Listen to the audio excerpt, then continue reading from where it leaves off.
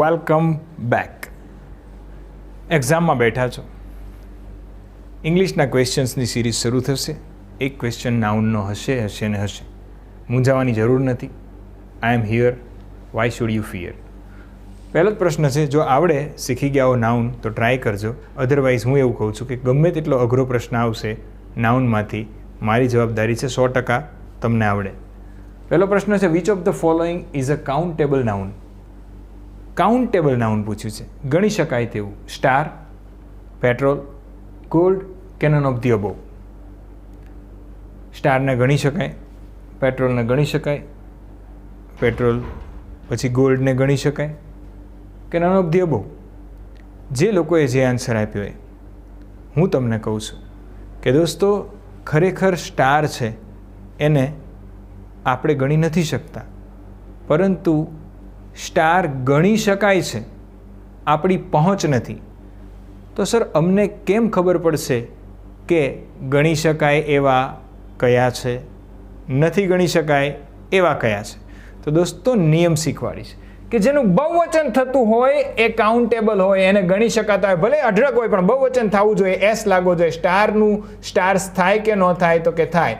તો જેનું બહુવચન શક્ય હોય એને તમે ગણી શકો એટલે કે કાઉન્ટેબલ કહેવાય. તમારો સાચો જવાબ આવશે એ. પેટ્રોલને ન ગણી શકાય, ગોલ્ડને ન ગણી શકાય, એટલે આ જવાબ પણ ખોટો આવશે. Question number 2, which of the following is not a concrete noun. નીચેનામાંથી કોન્ક્રીટ નાઉન કયું છે? નથી એવું પૂછ્યું છે.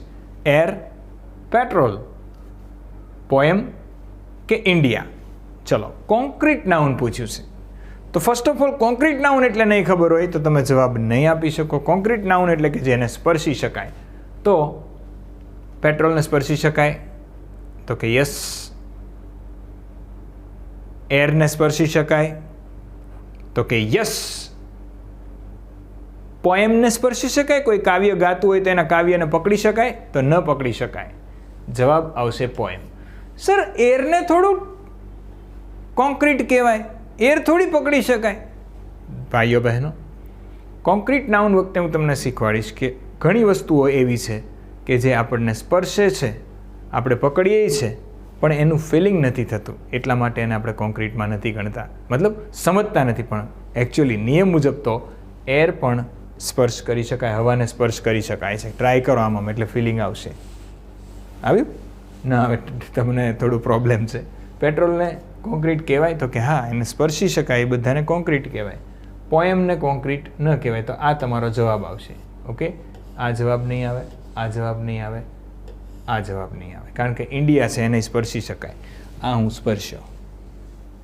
ડન. ચલો, which of the following is a noun. ખાલી સિમ્પલ પ્રશ્ન પૂછ્યો કે ભાઈ નીચે જે 4 ઓપ્શન આપ્યા છે એમાંથી સંજ્ઞા કઈ છે, નાઉન કયું છે? એટલું ઇઝી આપ્યું. કન્ફેસ, કન્ફ્યુઝ, કન્ફેશન કે પુઅર. તમારે બુકમાં કાયદેસર રીતે લખવાનું છે અથવા મનમાં બોલવાનું છે. નોટ અને પેન લઈને જ બેસશો. જો અમારી સિરીઝ તમે ડિટેલમાં તમારી બુકમાં લખી તો તમારે કોઈ ઇંગ્લિશની બુક નવી લેવાની જરૂર નથી, એ હું ખાતરી સાથે કહું છું. તો દોસ્તો સમજો, કન્ફેસ કરવું એટલે કોઈ ગુનો કર્યો હોય એનો સ્વીકાર કરવો. તો કન્ફેસ એટલે ગુનાની કબૂલાત કરવી. તો એ ક્રિયાપદ છે, એટલે આ જવાબ ન આવે. એ વર્બ છે. પૂછ્યું છે શું? નાઉન. કન્ફ્યુઝ, પેલો માણસ કન્ફ્યુઝ છે.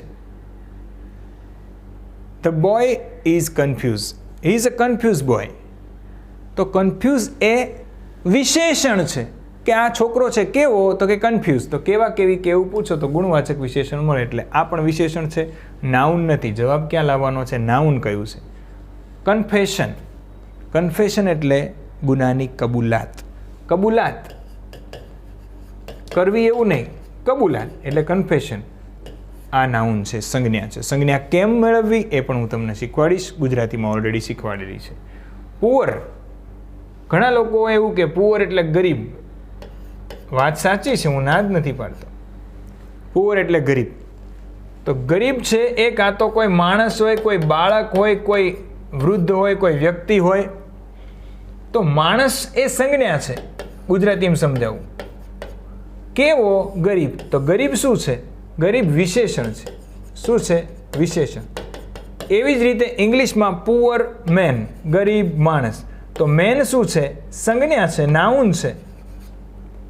મેન કરી પણ કેવો? તો કે પુઅર. તો આ પુઅર શું છે? એડજેક્ટિવ, વિશેષણ છે. તો પુઅરનું નાઉન શું થાય સર? તો પોવર્ટી. તો આપણે આવું પણ શીખીશું કે નાઉન ક્યાં છે, એક્ઝેક્ટિવ કયું છે, વર્બ કયા છે. તો જ તમને દરેક વસ્તુ ડિટેલમાં સમજાશે, અધરવાઇઝ નહીં સમજાય. ત્યાર પછી which of the following is a common noun? જાતિવાચક નામ નીચેનામાંથી કયું છે તમારે કહેવાનું છે. રોઝ, ફ્લાવર, અશોક ટ્રી કે ઓલ ઓફ ધી અબોવ, કે બધા જ કોમન નાઉન છે. રોઝ. રોઝ એટલે ગુલાબ. ગુલાબ એની કોઈ લાક્ષણિકતાઓ છે? તો કે હા, ગુલાબ છે એ સુંદર હોય, એમાં કાંટા હોય, એ ફૂલ છે, દરેક ફૂલ એમાં સૌથી બ્યુટીફુલ છે, વેલેન્ટાઇન ડેમાં અપાય છે, એની લાક્ષણિકતા છે. આ રોઝમાં આર કેપિટલ હોત તો પ્રોપર નાઉન થાત, પણ અહીંયા સ્મોલ છે એટલે કોમન નાઉન. રોઝને ગણી શકાય? તો કે યસ, રોઝ ગમે એટલા ભેગા કરો, ગણવા હોય તો ગણી શકાય. બહુવચન થાય રોઝનું રોઝીસ, હા તો કોમન નાઉન છે. સર અમને ન ખબર પડી તમે આ શું બોલ્યા. કાંઈ વાંધો નહીં, હમણાં નિયમો તો શીખવાડીશ જ ને. જસ્ટ પહેલાં તમને સમજાવું છું કે તમને આવડે છે કે કેમ, અધરવાઇઝ આપણે આગળ વધીશું. ફ્લાવર. ફ્લાવર તો કે એક ફ્લાવર હોય કે અઢળક ફ્લાવર હોય, ગણી શકાય, ફ્લાવરને સ્પર્શી શકાય. ફ્લાવર એટલે ફૂલ. ફૂલની વિશેષતા છે કે ફૂલ છે સુગંધિત હોય, ફૂલ છે દેખાવમાં સારા હોય, એ કોઈ પણ ફૂલ હોય. તો આ પણ કોમન નાઉન છે. અશોક ટ્રી.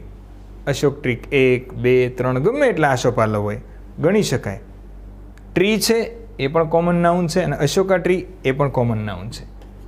ઘણા લોકો એવું સમજે અશોક આવ્યું એટલે એ તો સર પ્રોપર નાઉન ન હોય. ના, વૃક્ષોના નામ ભલે અશોકા ટ્રી હોય, પણ અશોકા ટ્રી એક ન હોય, એક કરતાં વધારે હોય, તો એ બધા કોમન નાઉન જ છે. એના પોતાના લક્ષણો હોય પાછા. તો 3 કેવા છે? તો જવાબ આવશે ઓલ ઓફ ધી અબવ. આ સાચો જવાબ. બધા જ કોમન નાઉન છે. કોમન નાઉન હોવા માટે કઈ કઈ શરતો છે એ પણ હું શીખવાડીશ. પ્રોપર નાઉનની શરતો શીખવાડીશ. કોન્ક્રીટ કોને કહેવાય, એબ્સ્ટ્રેક્ટ કોને કહેવાય, બધું સમજાવીશ. પણ ખાલી તમે પહેલાં સમજો હું શું પૂછવા માગું છું, જેથી તમને અંદાજો આવે કે તમને કેટલું આવડે છે. And the last question, which of the following is a proper noun? Proper noun કયું છે? એવિયો, ઝોયો, રોક કે અમેત્રા? શું જવાબ આપશો? સર આ એક નામ અમને તો સાંભળે જ નથી, તો ક્યાંથી ખબર હોય? તો ઘણા એમ કહે છે હા, રોકનું નામ સાંભળ્યું છે, પેલો ધી રોક, અત્યારે વિશ્વનો સૌથી પ્રસિદ્ધ એક્ટર ડ્વેઇન જોન્સન.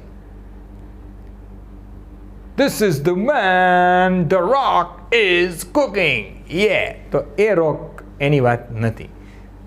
અહીંયા સમજો એવિયો, ઝોયો, રોક અને અમેત્રા પ્રોપર નાઉનનો એક નિયમ છે. ભલે તમને ચારેય ઓપ્શનમાંથી પ્રોપર નાઉન તમે જિંદગીમાં નથી સાંભળેલું, છતાં જવાબ ખોટો ન પડવો જોઈએ, because you are studying with Bhavik sir. તમારે જોવાનું કે પ્રોપર નાઉનનો એક નિયમ છે કે પહેલો અક્ષર કેપિટલ હોવો જોઈએ. છે કઈમાં? હા, એકમાં જ છે. તો આ પ્રોપર ન હોઈ શકે, કેમ કે કેપિટલથી શરૂઆત નથી થતી. આ કેપિટલથી શરૂઆત થઈ, એ તો પ્રોપર નાઉન. આ જવાબ ડન છે, ક્લિયર છે. તો આવી રીતે આપણે આગળ વધવાનું છે. સ્ક્રીનશોટ લઈ લો. યસ, લઈ લો સર સ્ક્રીનશોટ. ઓકે, ચલો ગયો. અચ્છા, આમ સ્ક્રીનશોટ લેવાય ને? Okay, done. ચલો આટલું થઈ ગયું. હવે મારે તમને લઈ જવા છે એકદમ અગત્યની વસ્તુ તરફ.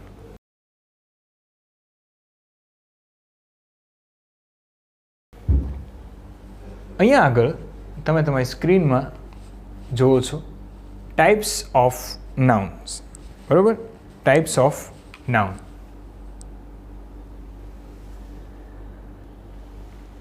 આઈ હોપ કે તમને વંચાતું હશે. ચાલો, વંચાય છે, મેં ચેક કરી લીધું. દોસ્તો, ટાઈપ્સ ઓફ નાઉન્સમાં એક ભાગ એવો પડે છે કાઉન્ટેબલ નાઉન્સ અને અનકાઉન્ટેબલ નાઉન્સ. બીજો એક ભાગ પડે છે કોન્ક્રીટ નાઉન્સ અને એબ્સ્ટ્રેક્ટ નાઉન્સ. અને એક અલગથી 5 ટાઈપ્સ ઓફ નાઉન્સ અલગથી છે એમાં proper noun, common noun, material noun, collective noun અને એબ્સ્ટ્રેક્ટ નાઉન છે. સૌથી પહેલાં હું તમને લઈ જાઉં છું કાઉન્ટેબલ નાઉન અને અનકાઉન્ટેબલ નાઉનમાં. પરીક્ષામાં એ રીતે પણ પ્રશ્ન પૂછાય કે નીચેનામાંથી કયું કાઉન્ટેબલ છે, કયું અનકાઉન્ટેબલ છે.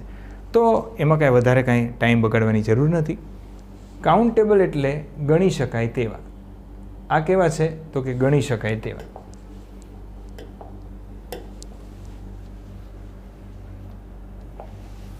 કાઉન્ટેબલ નાઉન ગણી શકાય તેવા અને અનકાઉન્ટેબલ નાઉન ન ગણી શકાય તેવા. હવે સમજો,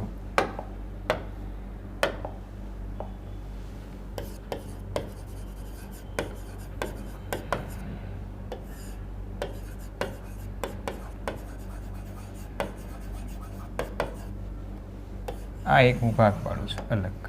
ઓકે,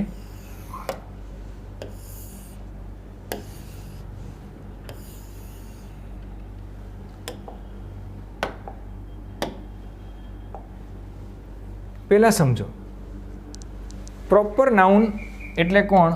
તો કે એક ઉદાહરણ આપું, ભાવિક. બીજું ઉદાહરણ આપું, અહેમદાબાદ. તો ભાવિકને ગણી શકાય? તો કે હા, એક છે તો ગણી શકાય, અને ભાવિક એક કરતાં વધારે હોય તો પણ ગણી શકાય. પણ પ્રોપર નાઉનમાં એક હોય છે, એક વચ્ચેના નિયમો લાગે છે. તો કે એક પણ ગણી તો શકાય. અહેમદાબાદ ગણી શકાય? હા, એક. ઇન્ડિયા ગણી શકાય? તો કે હા, એક. તો પ્રોપર નાઉનને ગણી શકાય. પછી નિયમો એના અલગથી છે, હું ડિટેલમાં શીખવાડીશ. પણ અત્યારે એટલું યાદ રાખો કે કાઉન્ટેબલ નાઉનમાં આવશે પ્રોપર, પછી આવશે કોમન, પછી આવશે કલેક્ટિવ, 3 આમાં આવશે. આ 5 છે એમાંથી 3 આમાં આવશે. કેમ ભાઈ કોમન નાઉનને ગણી શકાય? તો કે હા ભાઈ ગણી શકાય. કેમ? તો તમને એક ઉદાહરણ આપું, પછી કોમનના નિયમોમાં લઈ જઈશ. પેન કોમન નાઉન છે. પેનનું બહુવચન થાય? તો કે હા, પેન્સ. પેન એક હોય કે 100 પેન પડી હોય મારી પાસે, ગણવી હોય તો હું ગણી શકું. તો જે ગણી શકાય છે તેનું બહુવચન થાય છે. એટલે અહીંયા આગળ કાઉન્ટેબલ નાઉનની એક વિશેષતા લખું, તેનું બહુવચન થાય. આટલું યાદ રાખશો ને તો જિંદગી કાઉન્ટેબલ અનકાઉન્ટેબલમાં કન્ફ્યુઝ નહીં થાય. જેનું બહુવચન થઈ શકતું હોય એને તમારે કાઉન્ટેબલમાં લખી નાખવાના.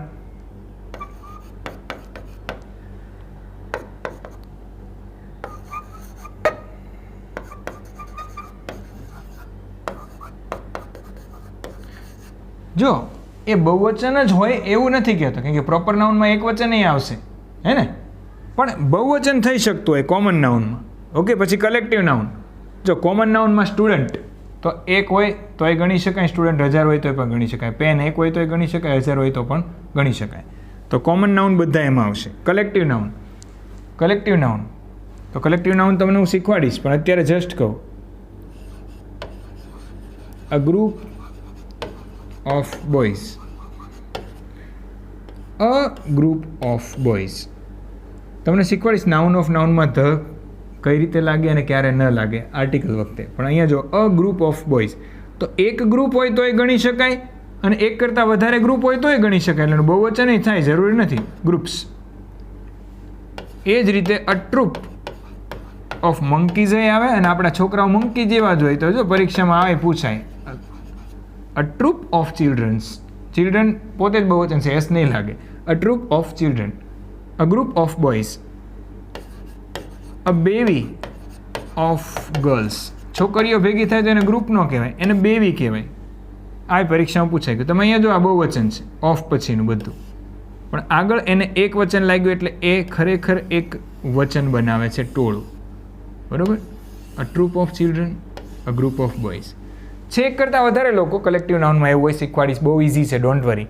પણ એ આખા ગ્રુપને તમે એક વચનમાં સંબોધો કે આ ટોળું ઊભું થઈને અહીંયા આવે, ઊભા થઈને અહીંયા આવે નહીં, આ ટોળું ઊભું થઈને અહીંયા આવે. તો એમાં હોય એક કરતાં વધારે, પણ એને એક વચનના નિયમો લાગે. બીજું, એનું બહુવચન એ પાછું થઈ શકે, ગ્રુપનું ગ્રુપ્સ થઈ શકે. ઓકે, તો કહેવાનો મતલબ એવો છે કે એનું બહુવચન થઈ શકે. કોનું? કાઉન્ટેબલ નાઉનમાં છીએ હજી તો. અનકાઉન્ટેબલ નાઉન, તો અનકાઉન્ટેબલ નાઉન એટલે કેવા? જેને તમે ગણી ન શકો, તેને માપવું પડે, તોલવું પડે. તો એવા બધા જ મટીરિયલ નાઉન. દ્રવ્યવાચક સંજ્ઞા. દ્રવ્યવાચક સંજ્ઞા. ઘન પ્રવાહી વાયુ. તમે પેટ્રોલને ગણી શકો? ના ગણી શકો. તમે દૂધને ગણી શકો? ના ગણી શકો. તમે હવાને ગણી શકો? ના ગણી શકો.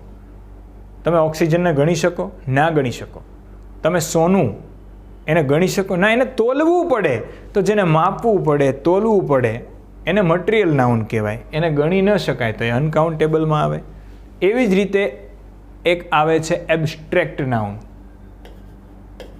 ભાવવાચક સંજ્ઞા.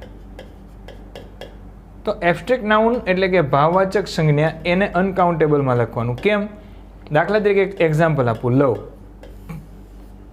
લવ એટલે પ્રેમ. કોઈ એમ કે પ્રેમ ગણ્યો, હું તને આટલો પ્રેમ કરું છું. તમે ન કહી શકો હું તને પ્રેમ કરું છું, હું તને બહુ પ્રેમ કરું છું, પણ તમે ગણી ન શકો. ઇવન તમારી પાસે માપય ન હોય, લ્યો ને એમાં તો, નહીંતર એ મટીરિયલમાં વયું જાત લવ કે હું તને 5 કિલો પ્રેમ કરું છું. It is not possible. તો લવ, બ્રેવરી, કાવર્ડનેસ, પ્રેયર, આ દરેક વસ્તુ જે છે એ ગણી ન શકાય. અને ગણી ન શકાય એ એબ્સ્ટ્રેક્ટ નાઉનને અનકાઉન્ટેબલમાં લખવું પડે. તો પ્રોપર કોમન કલેક્ટિવ, આમાંથી કોઈ પણ એક્ઝામ્પલ હું હજી શીખવાડવાનો છું, આમાં જે કાંઈ આવતા હોય એ બધા કાઉન્ટેબલ. અનકાઉન્ટેબલ છે એને ગણી ન શકાય. બીજું, આનું બહુવચન ના થાય.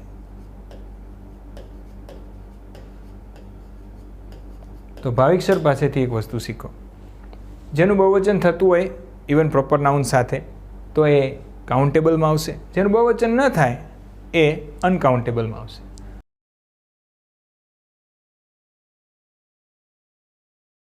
હવે બીજો ભાગ જોવાનો છે, ટાઈપ ઓફ નાઉનનો બીજો ભાગ. એમાં એવું કહે છે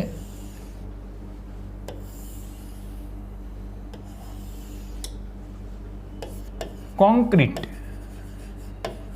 અને એક છે એબ્સ્ટ્રેક્ટ. બહુ સરળ છે ભાઈ, આમાં કાંઈ પડવાનું જ નથી. કોન્ક્રીટ એટલે એને સ્પર્શી શકાય.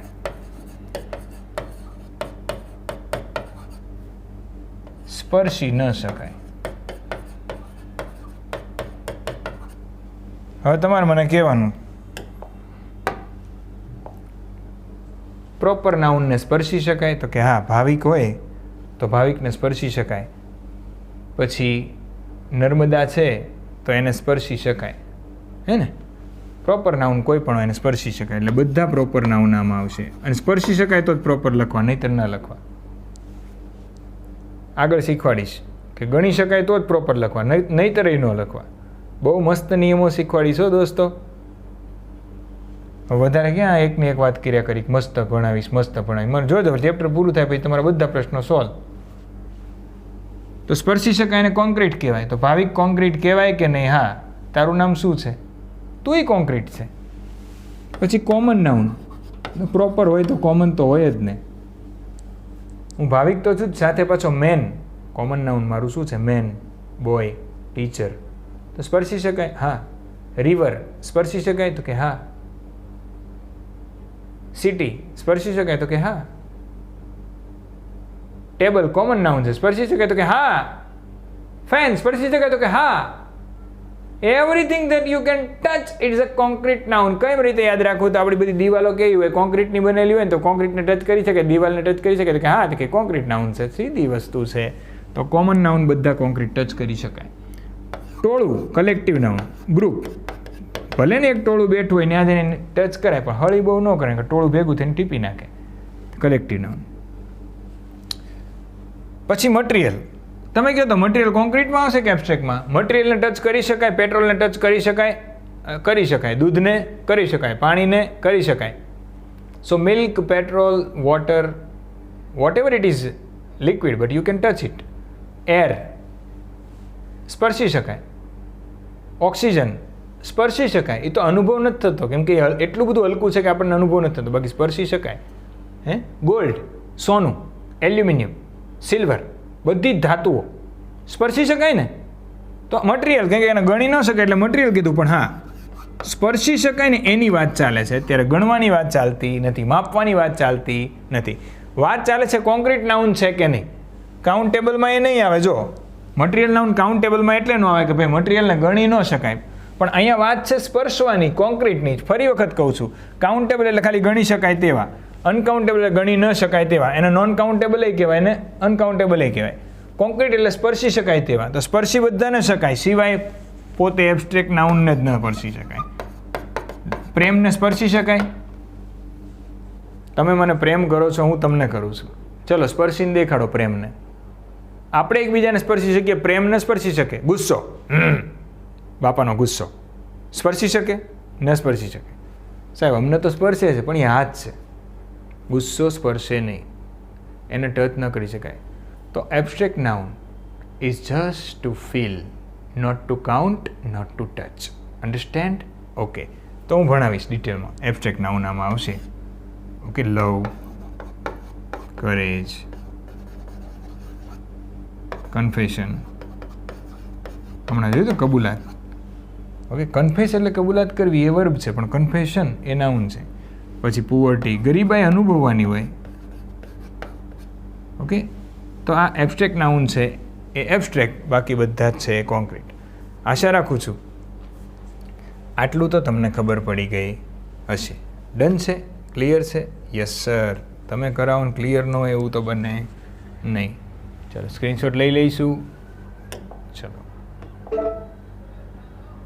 આવી ગયો સ્ક્રીનશોટ. તમારા માટે ભેગા કરું છું સ્ક્રીનશોટ.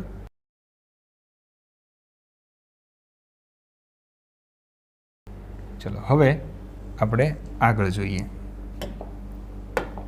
હવે આપણે એકને વારાફરતી ભણવાના છે. પ્રોપર કોને કહેવાય, કોમન કોને કહેવાય, મટીરિયલ કોને કહેવાય, કલેક્ટિવ કોને કહેવાય અને એબ્સ્ટ્રેક્ટ કોને કહેવાય. એક આપણે હવે અલગ અલગ જોઈશું.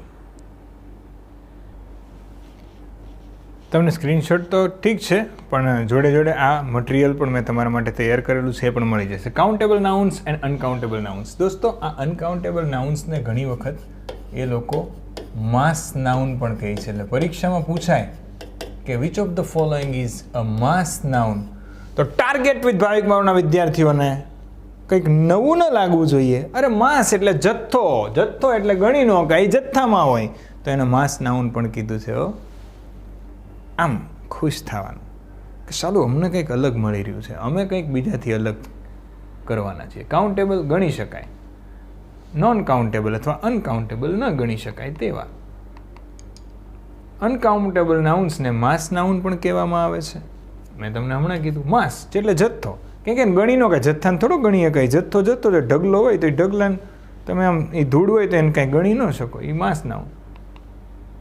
કાઉન્ટેબલ નાઉન્સ ગણી શકાય તેવા નામ, ટેબલ, બોય, મેન, રિવર. આ બધાનું બહુવચન થાય એટલે આનું બહુવચન થાય, આપણે હમણાં સમજ્યા.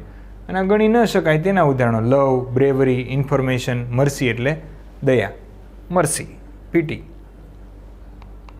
ચલો પછી આમાં અમુક પહેલાં આપ્યા છે, શું કહેવાય એને, ઉદાહરણો આપ્યા છે. માસ નાઉન તો કે milk, oil, curry, petrol, iron, wheat, wine, cement, powder, gold, sugar, smoke. એને ગણી ન શકાય તો અનકાઉન્ટેબલ નાઉન છે. મટીરિયલ નાઉન મેં કીધું હતું ને અનકાઉન્ટેબલ નાઉન. એવી જ રીતે ભાવવાચક સંજ્ઞાઓ છે, ભાવવાચક એબ્સ્ટ્રેક્ટ નાઉન, આ પણ અનકાઉન્ટેબલ છે. Advice, honesty, freedom, wisdom, ignorance, poverty, આ બધા એબ્સ્ટ્રેક્ટ નાઉન છે. તો એબ્સ્ટ્રેક્ટ અને મટીરિયલ બંને શેમાં આવશે? માસ નાઉન એટલે કે ગણી ન શકાય તેવા, અનકાઉન્ટેબલ.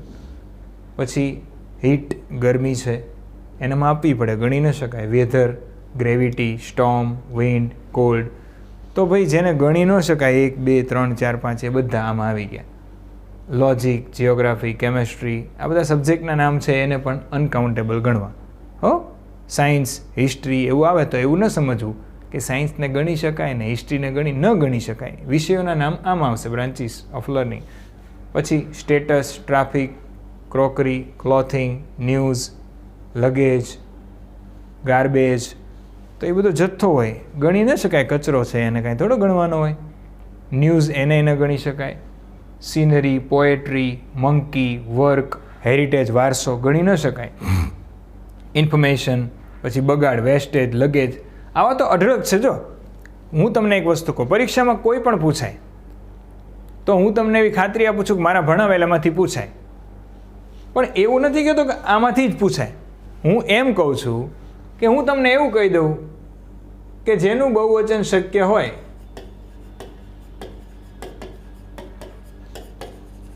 તો તમારે આગળ વધવાનું કે આ કાઉન્ટેબલ હશે. જેનું બહુવચન ન હોય તો એ કાઉન્ટેબલ ન હોય, અનકાઉન્ટેબલ હોય તો પછી થોડુંક બુદ્ધિ વાપરી લેવી. સ્ટેટસ, તો સ્ટેટસ તમારું છે, બરાબર. સ્ટેટસ એ કંઈ ગણી ન શકાય. સ્ટેટસ એટલે તમારો રૂઆબ. આજે આવો છે તો કાલે એવો પણ હોય, બદલાઈ પણ શકે. ઓકે, ચલો. એવી જ રીતે આપણે પાછું બધા નિયમો શીખી ગયા. અનકાઉન્ટેબલનું બહુવચન ન થાય, પહેલાંનું થાય, સિમ્પલ. પછી અનકાઉન્ટેબલ નાઉનમાં ક્રિયાપદનું એકવચનનું રૂપ જ આવે છે, બરાબર. આર્ટિકલ ન લાગે. આઈ વોન્ટ અ મિલ્ક આવું આવે? ન આવે. એટલે કહેવાનો મતલબ એવો છે અનકાઉન્ટેબલ નાઉન હોય એની આગળ આર્ટિકલ લાગતો નથી.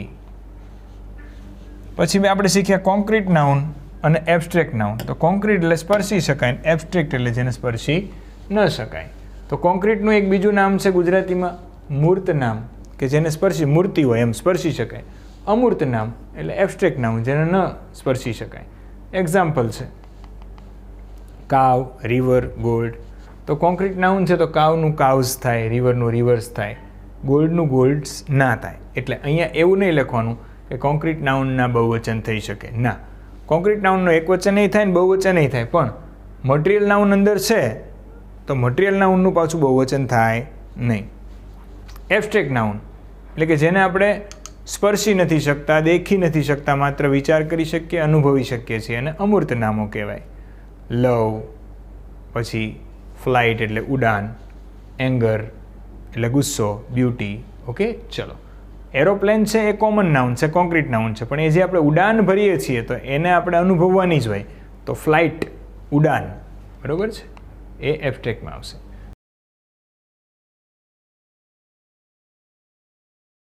ચલો, હવે આપણે અલગ અલગ ટાઈપ્સ ઓફ નાઉન્સ જોઈએ. એમાં સૌથી પહેલું છે વ્યક્તિવાચક નામ.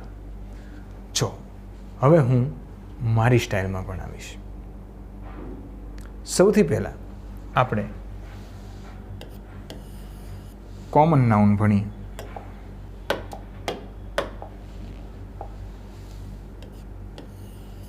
જોજો,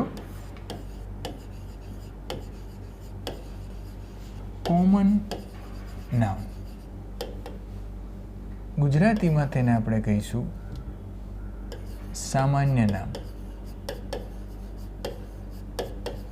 અથવા જાતિવાચક સંજ્ઞા.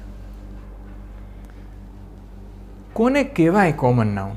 કઈ રીતે પરીક્ષામાં ખબર પડશે? ગુજરાતી હોય કે અંગ્રેજી હોય, તમારે ખાલી આટલું જ યાદ રાખવાનું છે.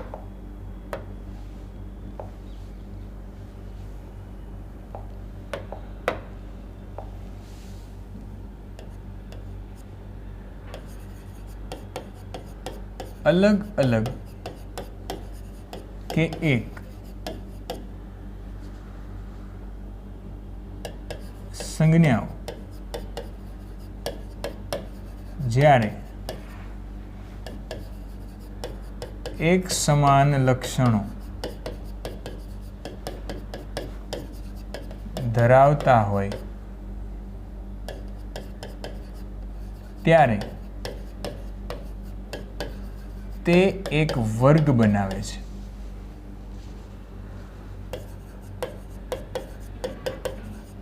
અર્થાત તે લક્ષણો મુજબ તેમને કોઈ એક સામાન્ય નામથી,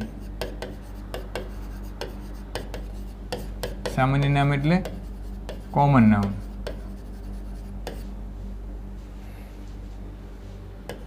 થી સંબોધી શકાય.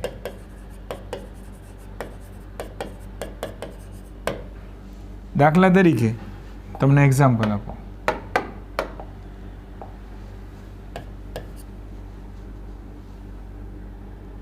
પર્વતોમાંથી નીકળે છે. દરેક ગામ અને શહેરોની જીવાદોરી સમાન તે પાણી આપે છે.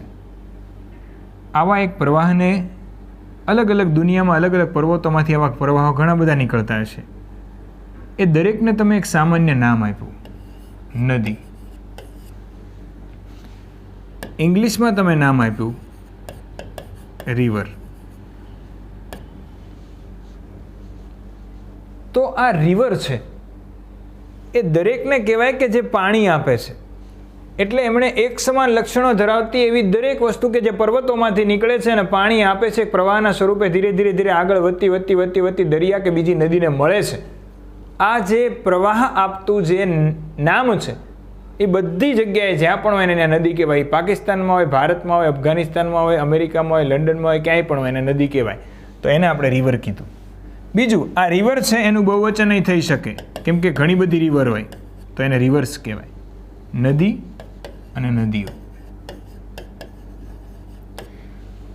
ટાર્ગેટ વિથ ભાઈકમાવના વિદ્યાર્થીઓને પરીક્ષામાં પ્રશ્ન પૂછવામાં આવે ઇતિહાસમાં કે વેદોમાં, એમાં ઋગ્વેદમાં નદીત્તમ એટલે નદીઓમાં ઉત્તમ કોને કીધી છે? તો માં સરસ્વતીને યાદ કરજો. સરસ્વતી નદી હતી, આપણે અહીંયાથી એને આપણે નદી ઉત્તમ કીધી છે. 10મા મંડળમાં એની બહુ વાત છે બધી. તો નદીઓ. ત્યાર પછી એ જ રીતે પોતાની સરકાર હોય, પોતાના ક્ષેત્રની એક સીમા હોય, પોતે સાર્વભૌમ રીતે પોતાના નિર્ણયો લઈ શકતા હોય એવા જમીનના ટુકડા, દરેક આવા લક્ષણ ધરાવતા દરેક ટુકડાને એક દેશ કહેવાય. ઇંગ્લિશમાં એને કન્ટ્રી કહેવાય. અને દુનિયામાં એક નહીં ઘણા બધા કન્ટ્રી છે એટલે એને બહુવચન પણ કરી શકાય, કન્ટ્રીઝ.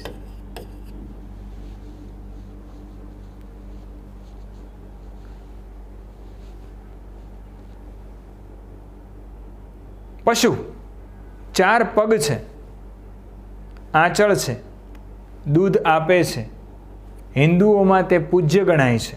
આવું કાંઈ બોલું તો તમને ઘણા બધા પશુઓમાંથી એક સામાન્ય લક્ષણ ધરાવતું પશુ હિન્દુઓમાં પૂજ્ય છે એમ કહો એટલે તમે તરત જ કહેશો ગાય, તો કાવ. એવી જ રીતે દરેક પશુને આપણે એનિમલ કહીએ છીએ. તો આ એનિમલ છે એ પણ કોમન નાઉન છે કારણ કે એનાય લક્ષણો છે, અને કાવ છે એ પણ નાઉન છે. તો ઘણા લોકો એવું સમજે છે કે એનિમલ કોમન નાઉન, પણ એમાં કાવ પૂછે તો પ્રોપર નાઉન. ના, આ કાવ છે એમાંય એનું પર્ટિક્યુલર આપણા ઘરે કોઈ ગાય બાંધી હોય એનું નામ પાડ્યું હોય કે આ ગાયનું નામ ભૂખરી, તો એ ભૂખરી પાછું શું થઈ જાય? Proper noun. પણ ગાય છે ત્યાં સુધી ગાય, બળદ હોય, સિંહ હોય, કૂતરું હોય, બિલાડું હોય, દરેક પ્રાણી, ઇવન મનુષ્ય, હ્યુમન, તો એ પણ કોમન નાઉન છે. એમાંય પાછા વિશિષ્ટ લક્ષણો હોય. તો બોય અલગ હોય, ફિઝિકલ કેરેક્ટરથી ગર્લ અલગ હોય. તો સ્ત્રીઓ હોય તો એના સમાન લક્ષણ હોય, ફિઝિકલ કેરેક્ટરિસ્ટિક, એટલે તો એને ગર્લ્સ કહેવાય, વુમન, વિમેન કહેવાય. અને પુરુષ હોય તો એના પણ કેરેક્ટર ફિઝિકલ અલગ હોય તો એને મેન કહેવાય, બોયઝ કહેવાય. સમજાય છે? તો અઢળક એવા ઉદાહરણ છે. પણ આ કઈ રીતે સર ખબર પડે કે કોમનમાં લખવા કે નહીં? ઉદાહરણ આપવા બેસું તો ઢગલો થઈ જશે, અને ભાવિક સર કદી એવું શીખવાડે નહીં કે જેમાં તમારે નકરું યાદ રાખવું પડે. તો એના માટે નિયમ નંબર 1, કોમન નાઉન હોવાના નિયમ નંબર 1.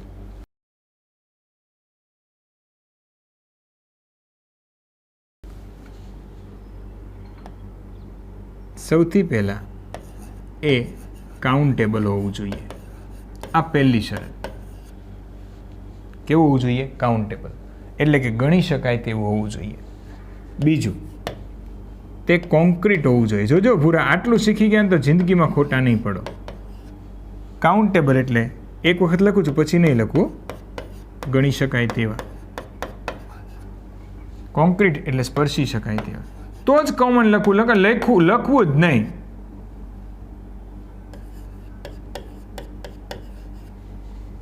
અને ત્રીજું, સિંગ્યુલર ટુ પ્લુરલ બંને શક્ય હોવું જોઈએ. એટલે કે એક વચન પણ થાય અને બહુવચન પણ થાય. આ 3 સામાન્ય નિયમો હોય તો હું કહું છું આંખ મીચીને જવાબ લખીને આવી જવાનો. હવે અંગ્રેજીમાં આના માટે એક નિયમ છે.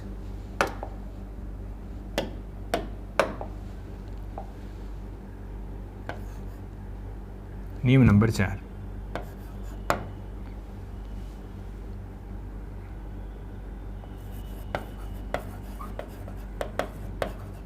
ઇંગ્લિશમાં તેને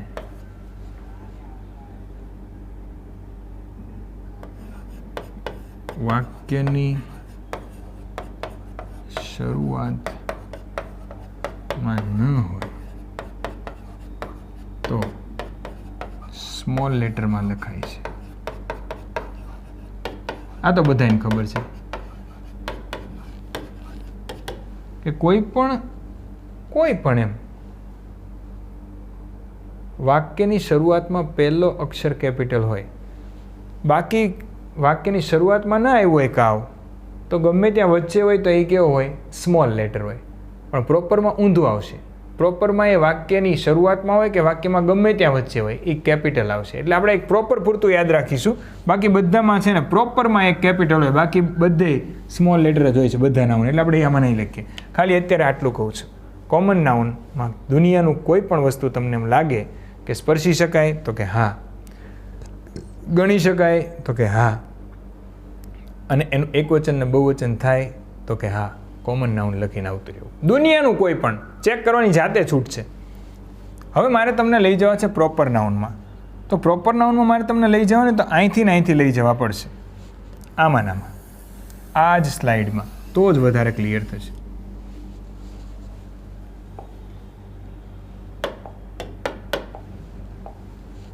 પ્રોપર નાઉન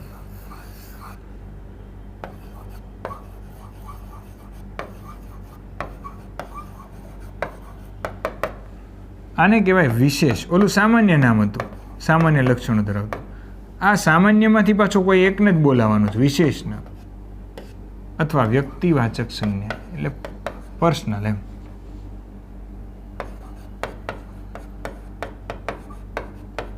પર્સનલ નાઉન નહીં કહી શકાય પ્રોપર નાઉનને. ઓકે, ચલો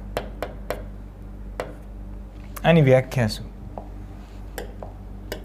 ભાવિક સરની લેંગ્વેજમાં? તો કે જાતિવાચક સંજ્ઞામાંથી કોઈ એક વિશેષ વ્યક્તિ કે વસ્તુ, હું એને સંજ્ઞા કહું છું, કોઈ એક વિશેષ સંજ્ઞા ને અલગ પાડવા માટે આ એટલે કે પ્રોપર નાઉન ઉપયોગમાં લેવાય છે.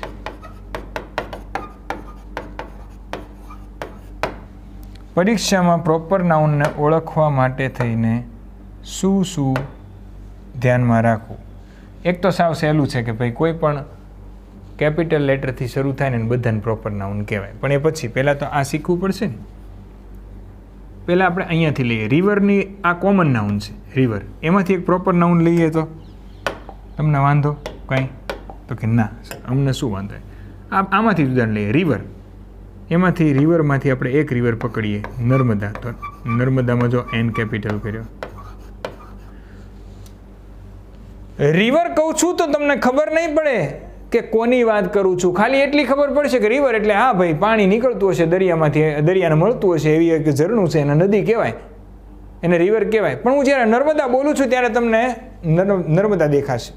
તમને કદાચ સાધુ બેટે દેખાય ને સરદાર પટેલવાળી જે મૂર્તિ છે એ દેખાય, સ્ટેચ્યુ ઓફ યુનિટી, નર્મદા. હવે હું એમ બોલું સાબરમતી તો ગેરંટી મારું છું તમને રિવરફ્રન્ટ દેખાય. પણ હું એવું બોલું છું કે ગંગા એટલે તમને તરત જ પેલું કાશી, વારાણસી અને હરિદ્વાર ને બધા મંદિરો છે એવું એક કલ્પના થાય. કેમ કે તમે એ બધું પ્રોપર જાણો છો કે નર્મદાનું આ લક્ષણ છે, ગંગાનું આ લક્ષણ છે. શેત્રુંજય કોઈ પાલિતાણા ભાવનગર જિલ્લામાંથી આવતો હોય, શેત્રુંજય બોલો તો તમને તરત જ દેખાય કે ભાઈ દેરાસરો. તો કહેવાનો મતલબ એવો છે કે સામાન્ય નામમાંથી જ કોઈ એક વિશેષને બોલાવવું હોય તો પ્રોપર નાઉનનો ઉપયોગ થાય. તો એમાં આપણે ઉદાહરણ લીધું રિવરમાંથી નર્મદા, ગંગા, યમુના, બધામાં પહેલો અક્ષર કેપિટલ આવશે. ત્યાર પછી આગળ કન્ટ્રી. તો કન્ટ્રી ઘણા બધા છે, પણ હું જ્યારે ઇન્ડિયા આવું લખું તો તમને તરત જ ખબર પડે કે આ ભારત દેશ આપણી વાત થાય છે. નેધરલેન્ડ લખું તો તમને તરત જ ડચ લોકો યાદ આવે. પોર્ટુગલ લખું તો પોર્ટુગીઝ યાદ આવે.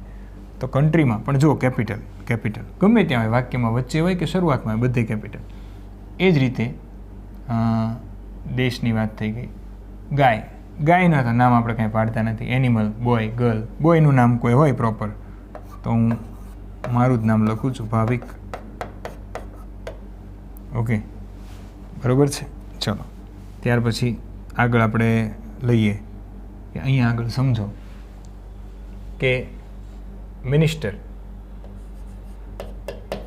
તો મિનિસ્ટરનું બહુવચન થાય તો કે હા એક કરતાં વધારે હોય તો થાય. ગણી શકાય તો કે હા ગણી શકાય. સ્પર્શી શકાય તો કે હા મિનિસ્ટરને સ્પર્શી શકાય. તો તરત જ તમને જે કાંઈ પૂછે તમારે બસ એવું જ એવું જ જોવાનું. સ્પર્શી શકાય કોન્ક્રીટ છે, ગણી શકાય કાઉન્ટેબલ છે, બહુવચન થાય છે તો કોમન લખી નાખો. આ 3 શરતો હોય એટલે કોમન. કોઈ જગ્યાએ પાછા નહીં પડો, લાઈફમાં નહીં પડો. એક મિનિસ્ટરનું કોઈ પણનું નામ આપણે લખી નાખીએ, બરાબર. નીતિન ગડકરી.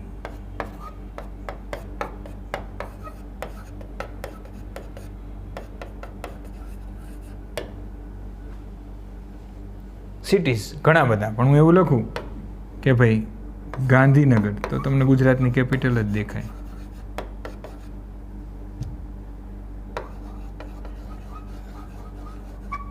ઘણા બધા ગામપુર, પણ હું એવું લખું ગામ, પણ હું એમ લખું રામપુર તો તમને શોલેનું રામપુર જ દેખાય. ઓકે, હવે તમે મને એવું કહો, મગજમાં જ જવાબ આપજો. ઓક્સિજન. આ ઓક્સિજન પ્રોપર નાઉન છે કે કોમન નાઉન છે કે એક પણ નથી?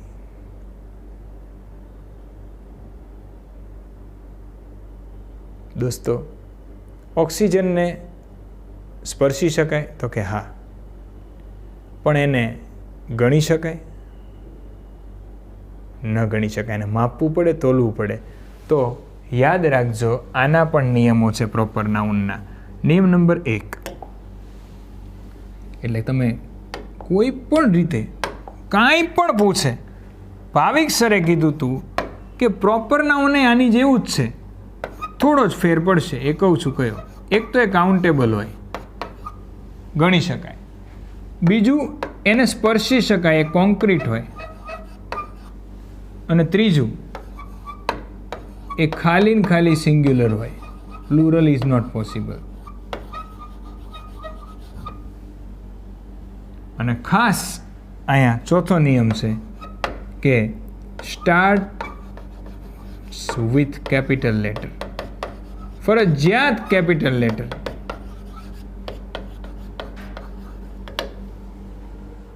જે પણ વાક્યમાં કોઈ પણ સંજ્ઞા કેપિટલ લેટર લેતી હોય તો અને તો જ તે પ્રોપર નાઉન હોય.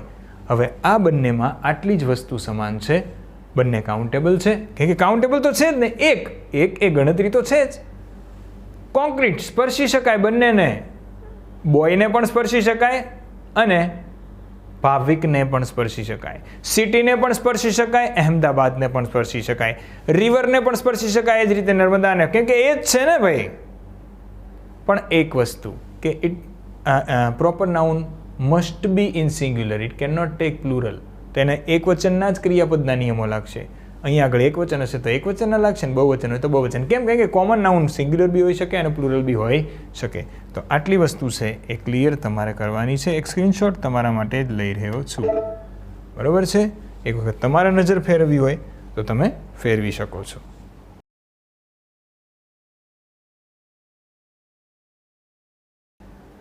ચલો, આઈ હોપ કે તમે લોકો પછી એને પોઝ કરી અને લખી નાખશો. ડન. હવે હું તમને એક વસ્તુ શીખવાડું છું દોસ્તો. એક નિયમ છે કે પ્રોપર નાઉન આ ક્યાંય નહીં ભણ્યા હો તમે અને ના ભણશો, બરાબર? હું એમ કહું છું કે ઇન્ડિયામાં ગમે એટલી ચેનલ હોય, ક્યાંય પણ તમે નહીં ભણ્યા હો. હું ગુજરાતની તો વાત જ નથી કરતો. પ્રોપર નાઉન બે કે તેથી વધુ શબ્દોથી બનતું હોય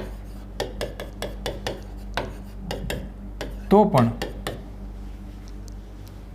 સ્પેસ પછી એટલે જગ્યા પછી દરેક શબ્દનો પહેલો લેટર, દરેક વર્ડનો પહેલો લેટર તમારે કેપિટલાઇઝ કરવાનો. ઓકે,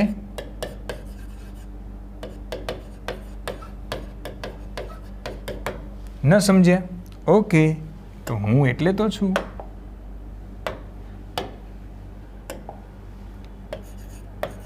ન્યુયોર્ક કોઈ આમ લખે છે તો એ ખોટું છે. ન્યુયોર્ક બે વર્ડનો બનેલો શબ્દ છે ને એ તમને ખબર, સિટીનું નામ છે, કેપિટલ છે. તો તમારે ન્યુયોર્કમાં એન પણ કેપિટલ કરવાનો, વાય પણ કેપિટલ કરવો પડે. યસ દોસ્તો, તમને ખબર છે ચીનમાં એક નદી આવી છે, એનું નામ જ યલો રિવર છે. રિવર એની સાથે જ આવે છે. એકચ્યુઅલી આપણે આવું લખી શકીએ એમ કે ધ નર્મદા ઇઝ બ્યુટીફુલ કે કાંઈ પણ તમારે યલો રિવર વિશે લખો છો તો તમારે આવી રીતે લખવું પડે. આ ટી તો કેપિટલ એટલે આવે કે વાક્યની શરૂઆતમાં છે.